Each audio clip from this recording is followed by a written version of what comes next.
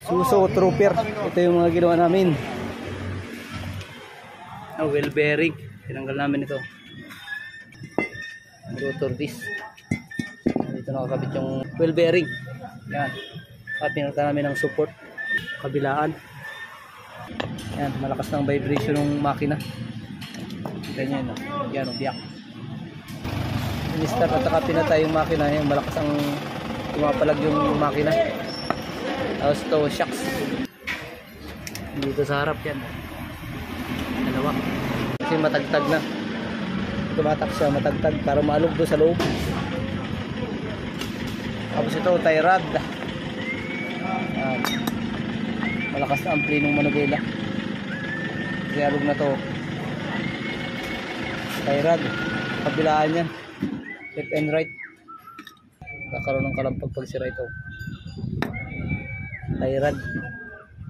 Saka ito, idler arm. Shocks. Dito sa harap yan. Dalawa. Ito, kabilaan. Saka ito, papalitan namin ng brake pads. Manipis na. Saka yan, nagpalit kami ng transmission filter. Para sa mga automatic. Yung oil pa niya.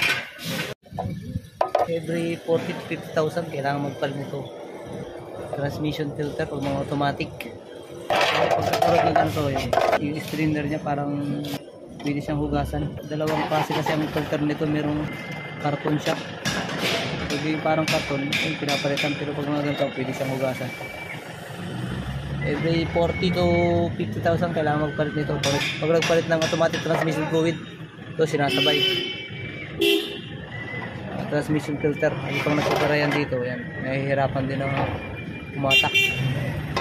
Then delay yung shifting. Sigurado to, kaya lang birang-bira lang ang mangyari yung pag nagbabara dito. Yung umpa niya. Yung bago na ito. Yan, naikabit na namin yung bago. Yan, transmission filter. Yung automatic transmission yan, merong filter. Saka ito, gearbox. Yan, dito nakalakabit yung gearbox niya. Ito. Yan, papalitan namin lahat ng mga oil seal. Saka o-ring. Ito yung mga oil seal niya at saka o-ring. Ito na yung mga pinaklas ko. Pinapalitan doon pag nagkakaroon ng tagas. Dahil dito sa oil seal. Yung shocks dito sa likod, pinalitan namin. Kabitaan.